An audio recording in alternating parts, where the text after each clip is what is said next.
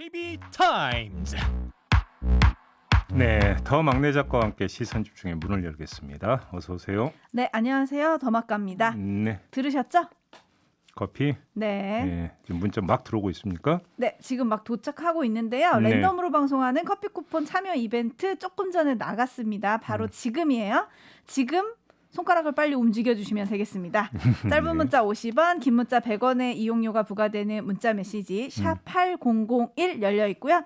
스마트 라디오 미니 게시판에 아는 척 해주시면 되고요. 추첨을 통해서 하루 10분에게 모닝커피 보내드립니다. 네, 알겠습니다. 자, AS 타임 가보죠. 네, 어제 JB타임즈를 마무리하면서 저희가 속보로 전남 광양 산사태를 전해드렸잖아요. 예. 안타깝게도 이 산사태로 80대 할머니가 숨졌습니다. 유족들은 막을 수 있었던 인재라고 지금 주장을 하고 있는데요. 내막을 보니까 할머니 집 위쪽에서 2년 전부터 공사가 진행 중이었어요. 그래서 유족들은 뿐만 아니라 주민들이 집안이 약하니까 조치를 해달라고 시에 3번이나 진정을 넣었다는 겁니다. 예. 비가 올 때마다 토사가 밀려내려와서 산사태 우려가 있었다고 계속 제기를 했는데 제대로 대처가 안 된 것 같아요. 네. 광양시 행정지도는 공사를 잠시 중단하고 배수로를 설치하는 선에서 끝났고요. 예. 시가 공사 업체에게 안전성 검사를 하자 제안을 했는데 업체는 법적인 의무가 아니다 라면서 거부를 했다고 합니다. 왜 이런 사고는 늘 반복이 되고 인재일까요? 결국 또 돈이죠. 뭐 비용 아닙니까? 그잖아요. 네. 공사 중단하고 조사 들어가면 검사 받으면 공기가 돈인데 여기서 손해 보고 괜히 그렇게 해서 지방 공사 해야 된다고 한다면 추가로 돈 들고 네. 뭐 이런 거 아니겠습니까? 그게 사람 목숨을 걸고 하는 비용 절감인 거죠. 반복되고 있는 현실입니다. 정말. 예. 돈보다 사람 목숨이 귀하죠. 네. 그거 모르는 분들은 없을 텐데 그냥 자나깨나 조심하시는 게 좋을 것 같습니다. 대처도 좀 잘 돼야 될 것 같고요. 시가 현장 조사를 제대로 했는지 요것도 좀 수사를 한다고 하더라고요. 오늘도 전국에 또 비 소식이 있습니다. 벌써 며칠째 이어지는 비라서 더 조심해야 되는 상황인데요. 모두의 안전을 기원하면서 JB타임즈 시작을 해보겠습니다. 오늘 주목할 첫 번째 뉴스는 오디오로 먼저 만나보시죠. 공직자의 친인척 관리는 정말로 중요한데 윤석열 전 총장님 같은 경우는 만약에 저였다면 장모가 되기 전에는 뭘 했는지 모르겠지만 그 이후에는 최소한 권한을 활용한 또는 거기에 의탁한 어떤 부정부패도 없게 했을 것이고 철저히 막았을 것이라는 생각이 듭니다. 여러분들이 많이 아시고 또 온 국민들이 저에 대해서 이렇게 비판하시는 저희 그 가족 내 문제, 소위 이제 폭언, 가족 간 폭언 문제도 사실 출발 자체가 친인척 비리 문제였습니다. 그것만큼 공직자의 공적 권한에 기초한 문제를 미연에 예방하는 친인척 비리나 개입을 막는 건 정말로 어려운 일입니다. 쉽지가 않습니다. 그런 점에서 보면 윤석열 총장께서 가족들과 관계된 이런저런 얘기들이 있던데 그 문제를 좀 더 철저하게 사전적으로 봉쇄했어야 되는 거 아니냐. 네. 이재명 경기지사의 목소리죠. 네. 윤석열 전 검찰총장 장모의 지난주에 했었던 1심 판결, 의료법 위반 사건에 대한 1심 판결을 두고 좀 하는 이야기인 것 같은데요. 지금 쭉 들으셨기 때문에 추가로 제가 설명드릴 필요는 없을 것 같고 여기서 포인트가 하나가 좀 나오는 것 같은데요. 이재명 지사의 공격 포인트가 지금까지 나왔던 이야기들하고는 좀 약간 좀 다른 것 같지 않습니까? 어떤 포인트요? 무슨 이야기냐면 지금까지 지난주에 1심 판결이 나온 다음에 여권에서 나왔던 이야기는 장모 판결에 대해서 설명이든 유감 표명이든 뭔가 입장을 냈어야 되는 거 아니냐. 윤석열 전 총장에게 요구했던 게 바로 이거거든요. 네. 그런데 이재명 지사 이야기는 그 수위를 뛰어넘은 거죠. 왜 사전에 막지 못했냐. 친인척 관리를 왜 제대로 하지 못했느냐. 네. 이 문제를 지금 제기를 하고 있는 거잖아요. 그러니까 그동안 나왔던 어떤 요구보다 훨씬 센 공격인 셈인데 왜 이렇게 초점을 맞췄을까 공격에. 네. 제가 볼 때는 이중 효과를 노린 것 같은데요. 조금 전에 오디오에서도 나오는 것처럼 그 이재명 지사 이른바 형수 욕설 논란이 있지 않습니까? 네. 그 원인을 친인척 비리로 지금 잡았단 말이에요. 그러니까 성남시장 재임 시절에 형이 뭔가 이 시장 직위와 어떤 연관해서 뭔가를 하려고 하는 것을 막다가 결국 욕설로까지 이제 갔다라는 점을 이제 강조를 하고 있는 거잖아요. 네. 이렇게 되면서 형수 욕설 논란의 성격을 바꿔버릴 수 있는 거죠. 무슨 얘기냐면 인륜의 문제에서 청렴의 문제로 전환시킬 수 있다. 그죠? 욕설이 왜 나왔는가라는 배경 설명이 이루어지기 때문에 네. 이런 점이 하나가 있는 것 같고요. 두 번째는 정반대로 윤석열 전 검찰총장의 문제를 왜 입장 표명을 안 하느냐. 그래도 사유고 하면은 도의적으로라도 국민한테 입장을 표명해야 되는 거 아니냐. 도의의 문제를 제기를 했었는데 네. 그게 아니라 공직자의 책임의 문제로 전환시키고 있는 거죠. 그잖아요. 네. 이렇게 돼버리면 사안의 성격이 더 세지게 되는 거 아니겠습니까? 바로 어떤 그러니까 이재명 지사의 공격에는 이런 성격이 깔려 있는 것 같은데 윤석열 전 검찰총장이 만약에 이런 공격에 대해서 반박을 하느냐 안 하느냐 이게 관심사인데 반박을 한다면 판이 커지는 거 아니겠습니까? 그렇겠죠. 과연 반박을 할까 싶은 생각도 좀 있습니다. 네. 지금 이 시각까지 제가 윤 전 총장의 SNS를 보고 있는데 아직까지는 반응이 없습니다. 네. 근데 일일이 대응하지 않는 것도 전략이지 않을까요? 지금 이거는 대응을 하면 오히려 윤석열 전 검찰총장이 손해를 보겠죠. 그러니까요. 그러니까 대응을 현재까지는 안 하고 있는데 뭐 앞으로 어떻게 될지는 좀 잘 모르겠고요. 네. 근데 한편 7889님이 이재명 지사가 원하는 대로 국민들이 받아들일까요? 라고 질문을 주셨는데 지금 제이비가 얘기한 건 이제 어쨌든 이재명 지사 측에서는 한 번 더 내다보고 수를 친 거잖아요. 네. 성공을 한 건데 네. 먹힐까요? 그러니까 예를 들어서 이제 그 부인 장모 관련 의혹 사건이 여러 가지가 있지 않았습니까? 네. 이때 언론이나 정치권에서 이제 의혹 사건이 불거지면 먼저 쟀던 게 뭐냐면 윤석열 전 총장이 결혼하기 이전에 벌어진 일이냐 이후에 벌어진 일이냐 이것부터 쟀잖아요. 왜 그러냐면 결혼하기 전에 벌어진 일이라면 좀 뭐라고 이야기가 좀 약간 뭐하다 이런 판단을 깔고 이제 그 접근에 들어갔던 건데 네.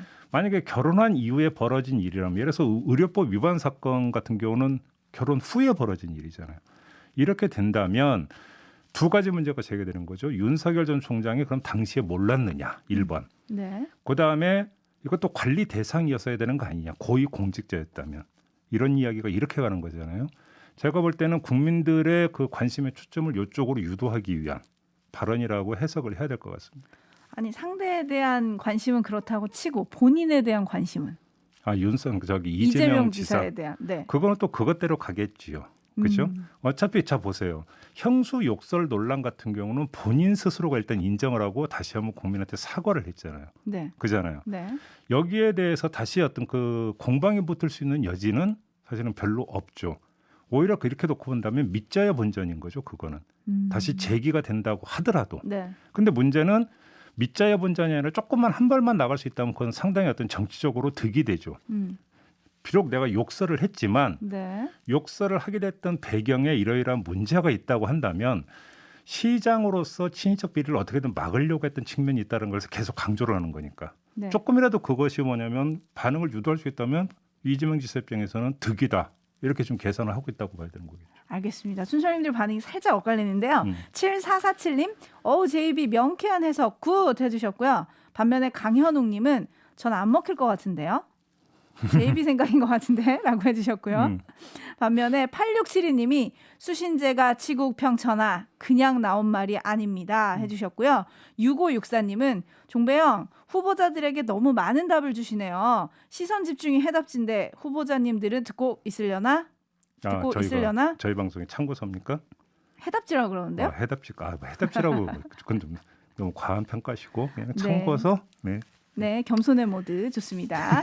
자, 근데 윤 전 총장이나 이 지사는 어쨌든 가족 문제에 대한 검증이 대선 기간 내내 따라붙을 수밖에 없잖아요. 네. 누가 더 효과적으로 방어하고 해명할 거냐, 이게 이제 관전 포인트가 될 텐데 네. 한편 이 틈을 타서 혹시 다른 여야 후보들도 많잖아요, 지금 치고 나올 만한 분이 있을까요? 이제 그렇게 되면 경선이 흥미진진해지는 건데 네. 지금까지 여론조사의 추이만 놓고 본다면 별로 그런 여지가 안 보인다. 아직까지는. 네. 아직까지라고 하는 거에 뭔가 강조점을 두겠습니다. 네. 대한민국 정치는 언제 어떻게 바뀔지 모르는 역동성이 있기 때문에 네, 빠져나갈 구멍을 만드시는 것 같은데요. 여론조사 보면 격차가 크잖아요. 네. 네. 알겠습니다. 아직은 안 보인다. 네. 이렇게 정리를 하고요. 한편 윤 전 총장이 지금 반 탈원전 행보, 예. 탈원전 비판 행보를 이틀 연속 이어갔습니다. 네. 어제 대전 카이스트에 가가지고 학생들을 만났고 원전이 영화에서 보는 것처럼 위험천만한 게 아니더라. 요 말을 좀 남겼어요. 그리고 나서 예정에 없던 탈원전 반대 토론회에 참석을 했는데 여기서 살짝 해프닝이 있었어요. 네. 토론회 참석 인원이 약속했던 인원수를 훌쩍 넘기면서 장소를 대관해준 호프집 주인이 경찰에 신고를 합니다. 네. 행사 참여자들이 방역 수칙을 지키지 않는다 이렇게 신고를 해가지고 경찰이 출동하기도 했는데 네. 이런 소동 좀 어떻게 보셨어요? 뭐 이것이 어떤 관심과 인기의 어떤 그 현상이다 이렇게 뭐 해석을 하면서 좋아할 수도 있겠지만 네. 방역 수칙 위반은 위반이라고 한다면 음흠. 주최 측에서 이거는 현장 상황 관리를 해야 되는 의무가 있는 거죠. 네. 그잖아요. 현장 주최 쪽에서 왜 그렇다면 이것이 사전에 좀 제어와 관리가 되지 않았는가에 대해서 소상한 설명이 있어야 된다고 생각합니다. 네. 살짝 설명이 나오기는 뭐 기자들이 갑자기 많아져가지고 그랬다 뭐 이러는데 그래도 좀 꼼꼼히 챙길 건 챙기셔야 하지 않을까. 그럼요. 네. 8781님이 이분 뉴스를 진짜 자주 보시는 분인가 봐요. 윤 총장님 방역수칙 위반 한두 번도 아니던데 마스크 벗은 사진도 있었던 것 같아요 라고 지적을 해주셨네요. 네. 후보자들도 마스크 잘 쓰셔야 될 것 같습니다. 네. 자, 그리고 어제 대검발 뉴스가 또 하나 있었죠. 윤 전 총장의 장모가 예전에 동업자와 재판에서 거짓 증언을 했다 이런 의혹에 대해서 다시 수사하라 대검이 명령을 내렸어요. 네. 이걸 두고 윤 전 총장 측은 정치적 의도가 의심되는 결정이다 이렇게 반발하고 있거든요. 이 내용은 잠시 후 8시 30분 유튜브로 방송하는 사법논담에서 박지훈 변호사, 천하람 변호사와 짚어보겠습니다. 네. 자, 다음 뉴스로 갈게요. 예. 오디오로 먼저 만나보시죠. 뉴욕 통관에 5분도 안 걸렸고 마스크 착용은 대부분 선택이었다. 코로나로 가장 많은 사상자를 낸 나라이지만 빠른 속도로 일상을 회복하고 있다.